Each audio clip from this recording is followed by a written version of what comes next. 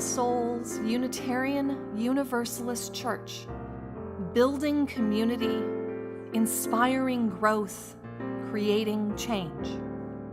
Here in the heart of Kansas City, we come together to create this hour of shared reflection so that we might be renewed in courage for these times and inspired to lives of greater dignity, higher purpose, deeper generosity, and more effective action.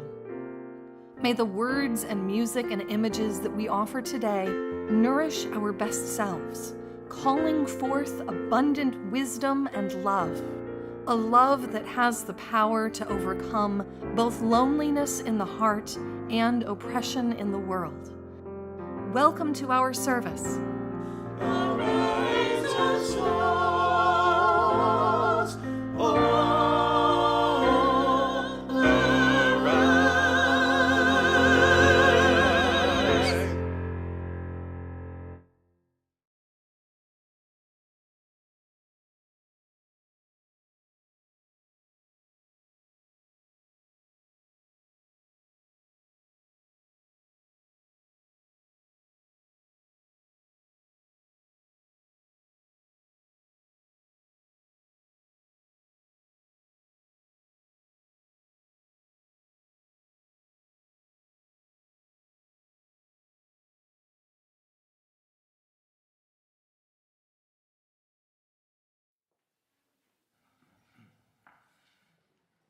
Good morning, everybody. Good morning. Welcome on this beautiful, cold, brisk day. Thank you for coming out with the sun. I'm Scott Hensey, and I'm a member of All Souls. Whether you are here in the room or watching online, we are glad you're here. Your presence enriches all of us and our time together.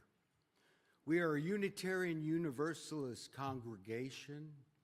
Our tradition is a large tent with room for many beliefs and approaches to the questions that matter. It is our values of inclusion, compassion, and justice that hold us together.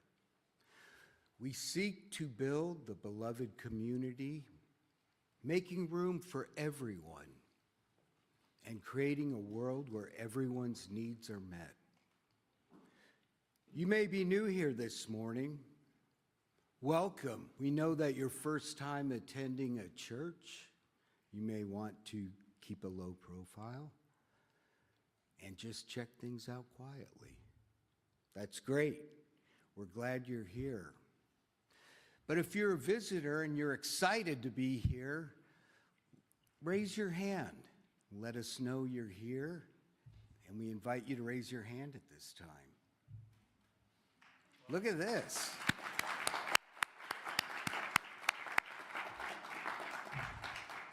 Thank you for enriching us with your presence today. Whoever you are, whomever you love, wherever you are on your spiritual journey, you are welcome here. Whether you come with laughter in your heart or tears, you're welcome here. You're invited to join us with an open mind, a loving heart, and willing hands. We welcome you today.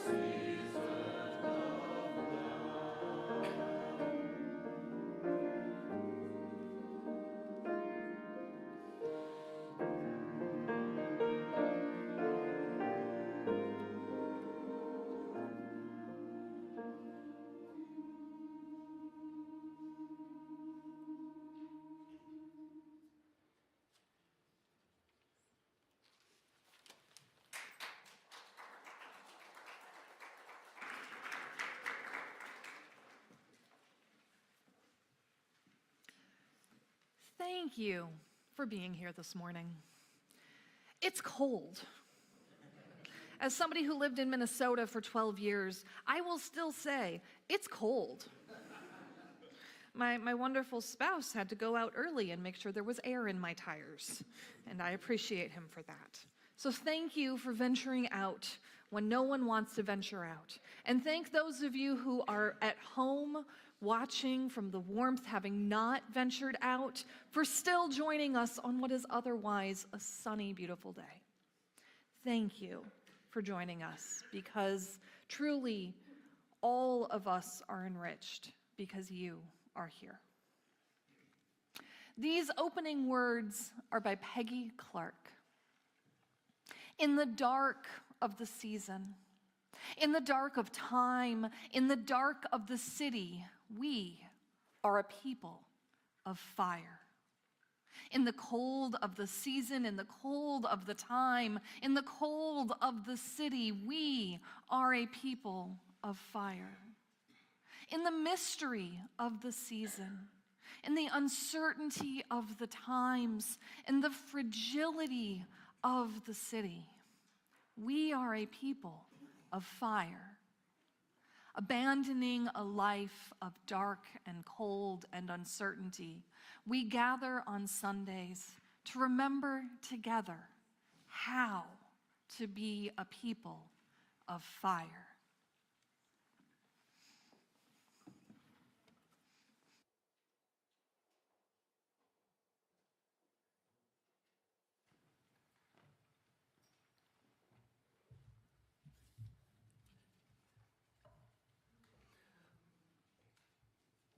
We light our chalice this morning with these words.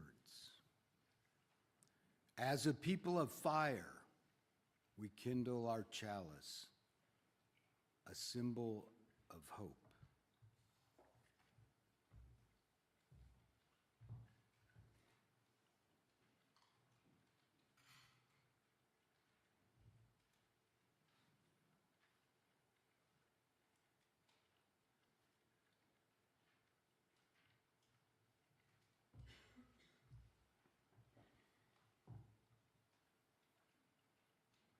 Please stand as you're able and join in the affirmation of our covenant. And if you can, remain standing as we join together in song this morning.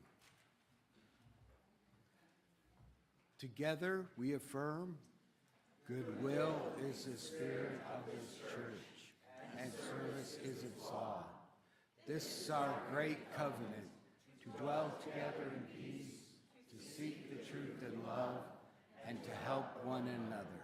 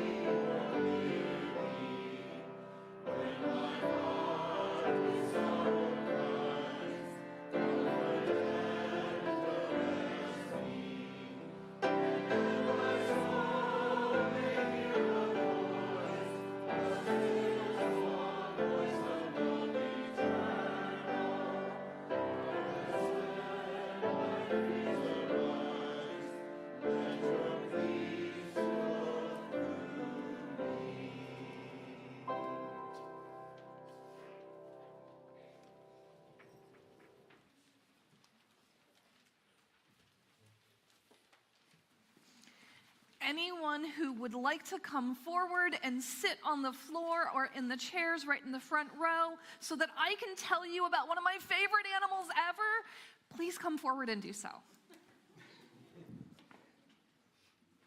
Good morning. Good morning. Okay. So, one of my favoriteest animals ever is penguins. Have any of you seen penguins at the zoo? Yeah. Have any of you seen the penguins at the zoo? Oh yeah. What do you like about them? Go ahead. They're black and white. They're black and white, yep. Yesterday I got to see a penguin march at the zoo. You went to the penguin march? Next Saturday, I'm gonna be a docent at the penguin march. Okay. What else do you like about penguins?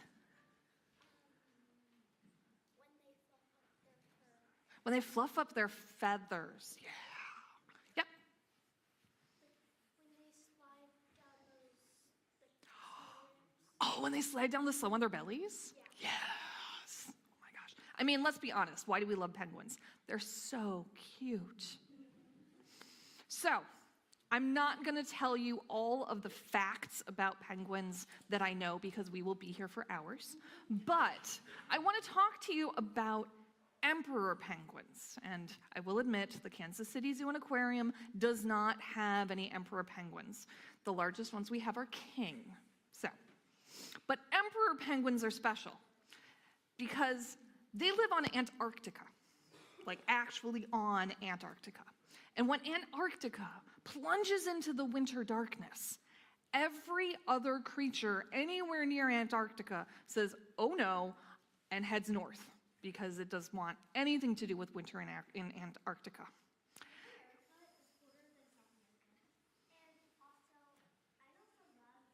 But neither of them are as cold as Antarctica. Okay. So when the rest of the world is running away from the cold, the emperor penguins walk directly into it because they leave the seashore, or the ice at the seashore, and walk inland, trekking across everything that is frozen to be in one of the most desolate places on Earth, where it's really cold. Now, why do they do this? Because they've learned something about hope that a lot of us don't understand. And sometimes that's that the hardest choice leads to the greatest reward. So what happens when they're in the very middle of Antarctica, far from the sea, and it's very cold, is that the female penguins lay eggs. And they have to be very careful that they lay their eggs onto their little feet, and then they have to get real close to the male penguin and scooch that egg onto the male penguin's feet, where it sits in this little pouch of skin to stay warm. And then the temperatures drop to, I kid you not, -50 degrees. And the winds scream across the ice at 120 miles an hour. And you know, any sensible creature would wait to do anything until spring. But the emperor penguins, they don't wait. They choose to trust that this impossible season holds exactly what they need. So after the mother passes her egg to the father, she walks away. She leaves. She goes across the ice for miles and miles and miles, leaving the male penguin with the egg. And for 2 months, that male penguin doesn't eat because there's no food anywhere near where he is, because the sea is nowhere near where he is. And he doesn't leave, and he will stand in the howling darkness, protecting the life inside that egg with nothing but his own body heat and his unwavering commitment. But then, there's always a but then, there's this special magic of what these penguins do. Because there are thousands of male penguins, each with their own egg, and they all huddle together, forming a massive shifting circle of warmth. Yep. I've heard in a movie that That's exactly what I was going to say. So what we just heard is that the edges are really cold. And so the penguins that are really cold on the edges will move inwards while the penguins on the inside move outward, so that that warmth is always shifting and nobody's out in the cold for too long. No penguin stays comfortable forever, and no penguin suffers alone. So then they take turns bearing the hardship of being on the outside, because they understand that survival requires individual courage and the care of everybody. And so when the winds blow the hardest, that huddle of penguins moves as one, like a walking fortress of hope, made from ordinary birds choosing this extraordinary cooperation. And inside of the huddle, the temperatures can rise from the -50 outside to a very comfortable 75 degrees in the very center. So the penguins have created their own summer in the middle of winter. And by the time that spring arrives and the mothers return from the sea, the eggs have hatched. And the fathers, having lost nearly half of their body weight, finally leave to go to the sea so that they can eat. And the chicks grow strong on the ice, perfectly timed for the returning abundance of Antarctic summer. So the emperor penguins remind us that hope isn't about avoiding difficulty. It's about choosing to trust that even the harshest circumstances can be navigated when we stand together. They prove that hope works not through magic, but through commitment, cooperation, and the stubborn decision to protect what matters most, no matter how impossible the odds may seem. So that is how emperor penguins not only survive through the winter, but hatch their eggs. And so, with that spirit of hope and coming together, it is time for you to follow Melanie down to your classes today. Let us sing them out.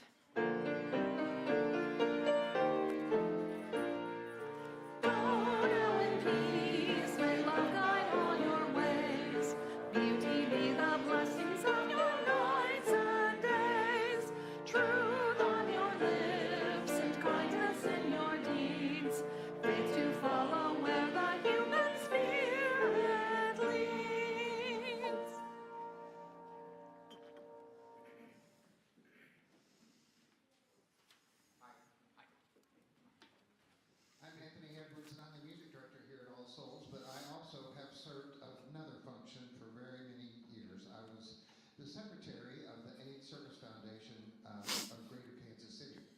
In 1992, this organization was founded during the middle of the AIDS epidemic, and it serviced 4 different organizations, and it helped people understand that their dollars could go further. And that organization still lives today. We do AIDS Walk in the spring, and there is a big celebration for World AIDS Day, and that just happened last week. This morning we have Brandon Woodard, who is not only the executive producer and development director for AIDS Service Foundation, but he's a Kansas senator. And we're very happy that he's here this morning to tell us a little bit more about the AIDS Service Foundation. Help me welcome Brandon.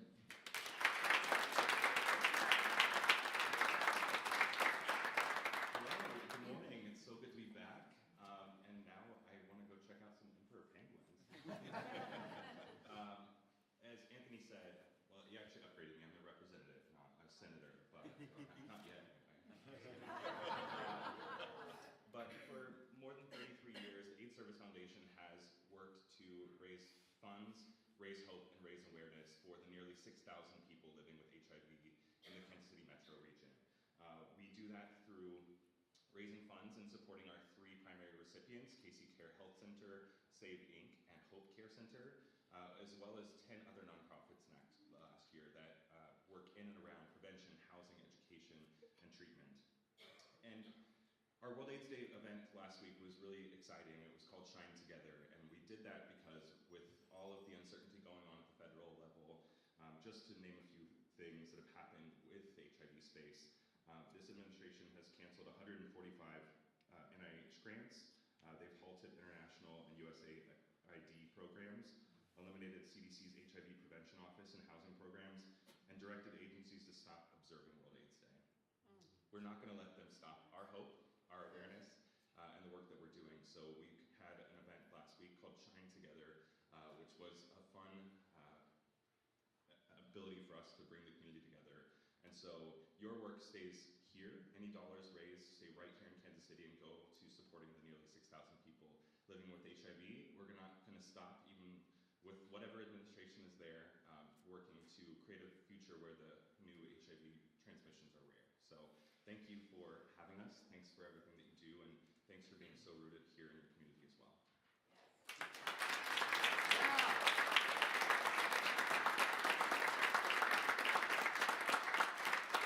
The offering will now be graciously given and gratefully received.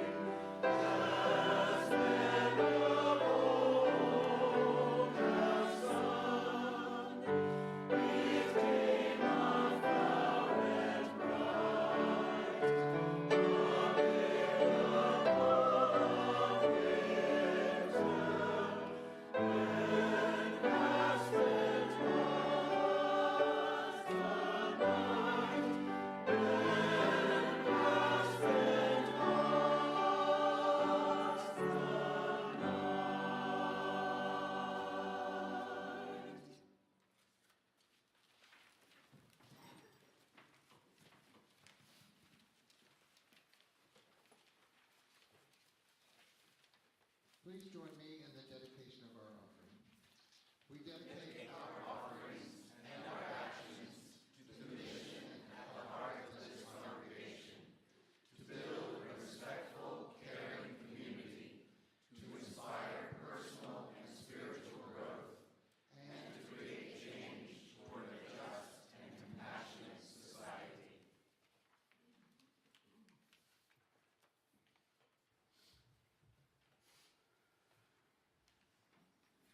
Karen G. Johnson, the writer of this poem, is a former clinical social worker, but now she's a UU minister, blogger, and poet.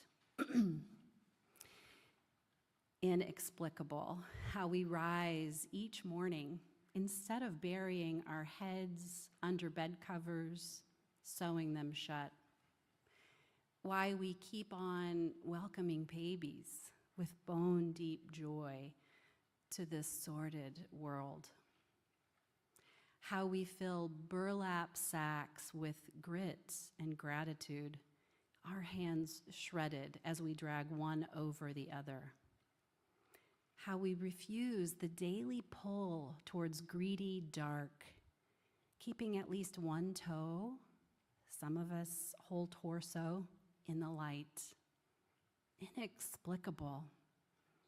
It's what makes a poem worth writing, worth reading, worth flooding the world with redundant, flawed attempts at explanation. It's just the way it is. There is no other way. Stumbling every time, practice or no, just part of the bargain. The unavoidable, intractable, inexplicable bargain.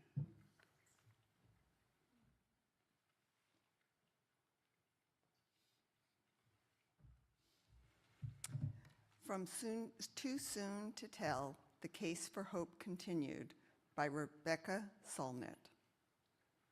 Rebecca Solnit wrote the essay Acts of Hope in 2003, which became her book, Hope in the Dark. This is from her revisit of the topic 1 decade later. If you take the long view, you'll see how startlingly, how unexpectedly but regularly, things change. Not by magic, but by the incremental effect of countless acts of courage, love, and commitment, the small drops of water that wear away stones and carve new landscapes, and sometimes by torrents of popular will that change the world suddenly. To say that is not to say that it will all come out fine in the end, regardless. I'm just telling you that everything is in motion, and sometimes we are ourselves the movement. I still value hope, but I see it as only part of what's required, a starting point. Think of it as the match, but not the tinder or the blaze. To matter, to change the world, you also need devotion and will, and you need to act. Hope is only where it begins, though I've also seen people toil on without regard to hope, to what they believe is possible. They live on principle, and they gamble, and they sometimes even win, or sometimes the goal they were aiming for is reached long after their deaths. Still, it's action that becomes the new normal, and we hope for or carp about something else. The future is bigger than our imaginations. It's unimaginable, and then it comes anyway. To meet it, we need to keep going, to walk past what we can imagine. We need to be unstoppable. And here's what it takes. You don't stop walking to congratulate yourself. You don't stop walking to wallow in despair. You don't stop walking because your own life got too comfortable or too rough. You don't stop because you won. You don't stop because you lost. There's more to win, more to lose, and others need you. You don't stop walking because there is no way forward. Of course there is no way. You walk the path into being. You make the way.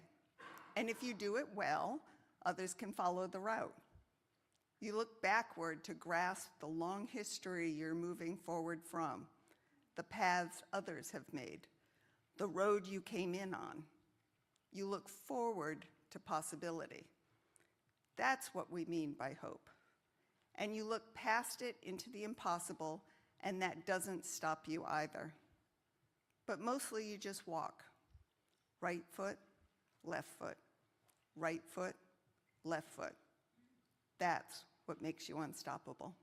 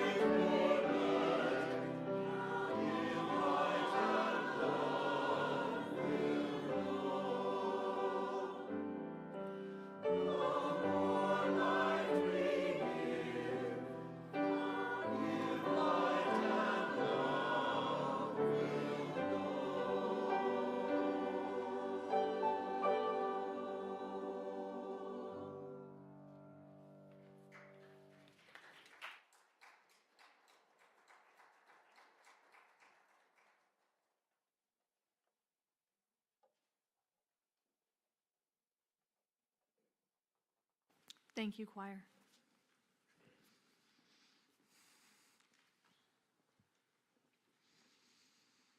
In the beginning, when God created the heavens and the earth was a formless void, and darkness covered the face of the deep. Or, in the beginning, there was nothing, not light or matter or even time. In the beginning, there was uncertainty. How could it have been anything but uncertainty? Something might happen. Anything might happen. And there were no answers to the when or the why or the how. And whatever that moment was when the universe began, everything was possible. Literally everything. And that moment was one of infinite hope. Hope exists in uncertainty. See, we can never hope that the teacup the cat pushed off the counter will not fall to the hard floor and break. For the laws of physics make the teacup's demise certain. But if I'm standing right next to the cat and watch him reach out his paw, there is hope for that teacup. I could stop him in time. I could catch the teacup, as improbable as that might be. But there is uncertainty in whether the cat will succeed in breaking the teacup. And where there is uncertainty, there is hope. Does that make sense? We cannot hope for a different outcome than the one that is without question already sure to happen. So it's when it's not certain, when the outcome isn't assured, that it is possible for us to hope. We can imagine that things could be different because it's possible. We are right now in a time of year that's often characterized by quiet and stillness and darkness. The nights have become very long as we complain about awakening when it is still dark, and then decry how soon the sun sets. That darkness, the idea of darkness, it's usually characterized by fear, by not being able to see what is there or to anticipate what may emerge. There's also the realm of possibility, because we can't see what's there or what may emerge. And so within that darkness, anything can happen. And so we may imagine any possible outcomes, including those that feel good and right. When nothing is moving, all is still, and we are surrounded by darkness, we may fill ourselves with all of the possibilities. We may venture into a space that is hope.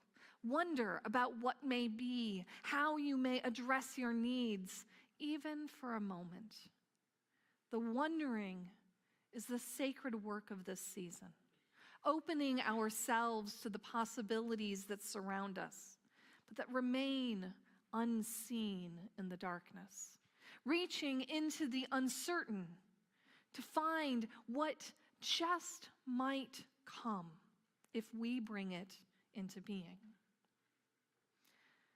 Now, I tell you this because the darkness is too easy to fear, to look into the unknown and to believe that in it are monsters and terrible possibilities. And too often in the last year, I have been certain in the darkness, certain that democracy is crumbling in a way that cannot be stopped or fixed, certain that our economy will crumble, certain that all of our work toward inclusion of the marginalized is being undone. Every day, another ridiculous thing coming out of the current national administration simply meant to assert the power and dominance of wealthy, straight, able-bodied white men. Now, did you hear this week that the State Department has been ordered to stop using the font Calibri instead of Times New Roman? Apparently, the switch away from Times New Roman a few years ago was intended to make communications more readable for people with certain visual disabilities. And I went to seminary with one of those people. Sans serif fonts are clearer to read. This administration is so against DEI that they explicitly undid this to make communications explicitly less accessible. It's so ridiculous, so over the top. And that is meant to make me even more certain that I can't stop the destruction of a government that cares for its people. That the worldview of utter individualism with no care for others will inevitably consume everything I've cared about. It wants me to despair. It wants me to find it inexplicable that we rise each morning instead of burying our heads under bed covers, sewing them shut. And that's what has happened too often. The messaging has convinced me that despite anything we do, it is not possible to stop the drive into authoritarianism. Despair is hopelessness, and it comes out of a sense of certainty. And with that hopeless certainty that nothing can change, nothing will change. Because I won't do anything to change it. But I have to change it. See, now, hope doesn't sit there in a bottle creating good feelings on the shelf. Just as Mr. Rogers taught us that love is an action verb, hope is an action verb too. Hope is an action verb. You have probably heard Unitarian minister Theodore Parker's 1853 quote, "I do not pretend to understand the moral universe. The arc is a long one. My eye reaches but little ways. I cannot calculate the curve and complete the figure by the experience of sight. I can divine it by conscience. But from what I see, I am sure it bends towards justice." We Unitarian Universalists are so proud that it was one of our ancestors who wrote this, which Martin Luther King Jr. then condensed into "The moral arc of the universe is long, but it bends toward justice." And President Barack Obama had it woven into the rug in the Oval Office. But it falls short. It is hope without action. It puts morality out there, away from people, away from our own actions, and made completely separate, as though the future were preordained to happen no matter what actions anyone takes.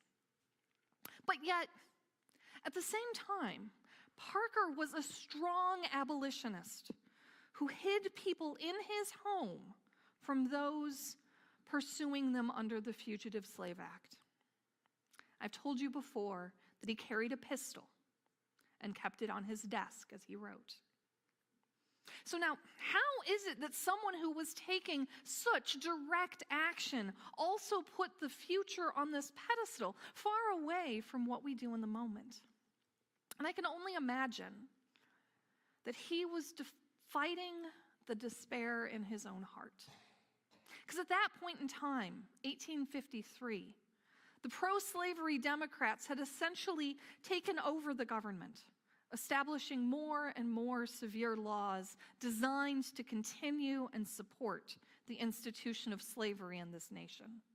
Even as Theodore Parker took action to protect people, risking his life and his freedom, he felt the despair that it wasn't enough and that slavery would never end.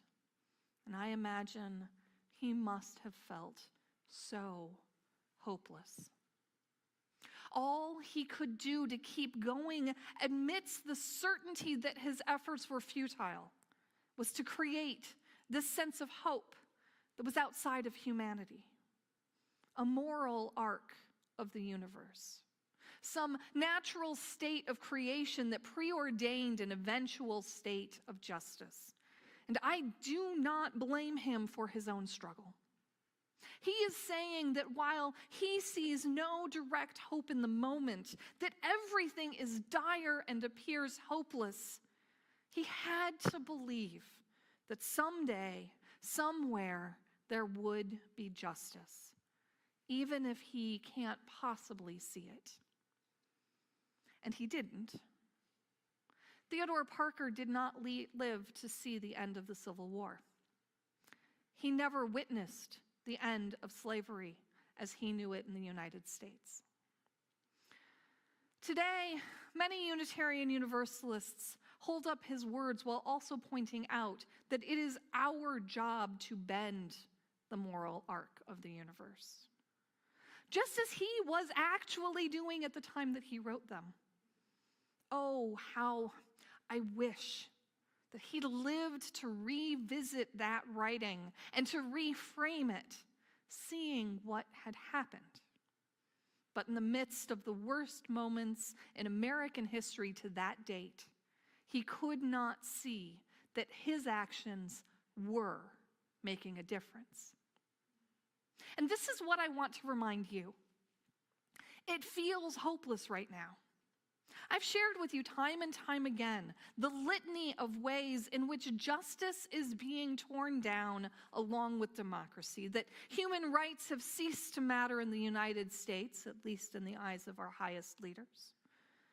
We expect the new blow, the new slight every day, We watch the careful manipulation of fear to drive good people into hatred, bigotry, and violence. We feel the careful manipulation of fear to silence those of us who would speak out or take action. So maybe we're feeling trapped in the same sense of hopelessness that Theodore Parker felt. He could not see anything that he did or said might actually make a difference. So he set his gaze far, far off into a future he could imagine, but not conceive of finding fruition. This is why Rebecca Solnit writes in her book, Hope in the Dark, about deeply considering history and the real stories of everyday people working together for years with no obvious result, but that something shifted suddenly that turned it into the kind of uprising that toppled regimes. Writing in 2015, she uplifts the Arab Spring and how no one could have predicted even months prior that a groundswell of action would completely change the political dynamics of the Middle East. She reminds us that suffragists began their work more than 8 decades before the 19th Amendment was passed. And this is why we must relish the darkness and uncertainty. We do not know what is going to happen. No matter how definitively the journalists and pundits report and speak, know that the outcome is not set in stone.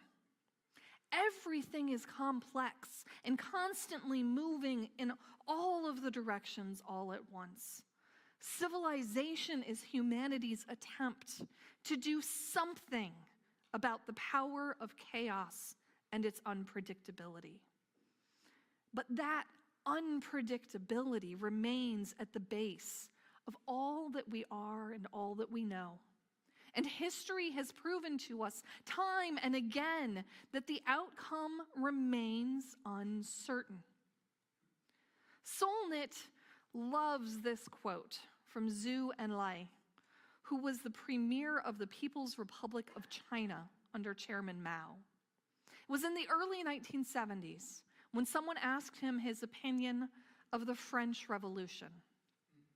He responded, "Too soon to tell." Does it matter whether he referred to revolutions in France from a few years prior or the French Revolution of 1789? Not really. Whichever. It had been either a few years or a couple of hundred, and he responds that it is too soon to tell. Is democracy in the U.S. permanently destroyed? Did the shifts in the economy during the Reagan administration cause permanent change? Have we missed the window to do anything about climate change? Too soon to tell. The outcome is uncertain, and the outcome will always be uncertain, and that means we always have room for hope. If we accept the narrative that there is nothing we can do to stop it, we will fall into despair, and the darkness will be nothing but fear. But we can recognize that uncertainty has room for possibility, and with that possibility comes hope. Hope, the action verb, the thing that we will act upon to create justice, that we will act upon to widen the circle of love and care, that we will act upon in whatever small way we can, day after day, because we don't know what it is that will bring about change. The well-timed messages on politicians' voicemails, the questions that challenge what is happening, the words of one person that barely ripple for decades until they inspire new leaders. the community building that brings people together into the loudest unified voice, the boycott of that one company. We must know, looking at a long history of change for cause and by accident, that it matters. I've never particularly liked the chaos analogy of a butterfly beating its wings thousands of miles away, causing a great storm. But that kind of subtle impact is what we have. Somehow, it will matter. Change is inevitable, and we can cause it with our action.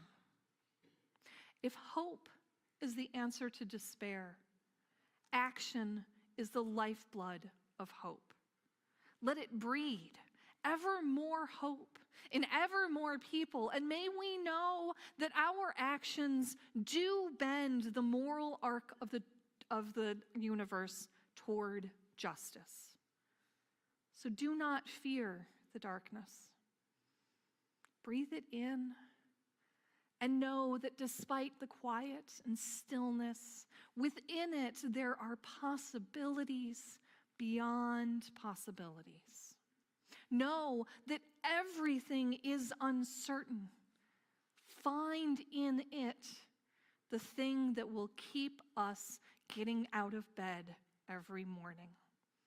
It's not inexplicable. It's hope. May it be so.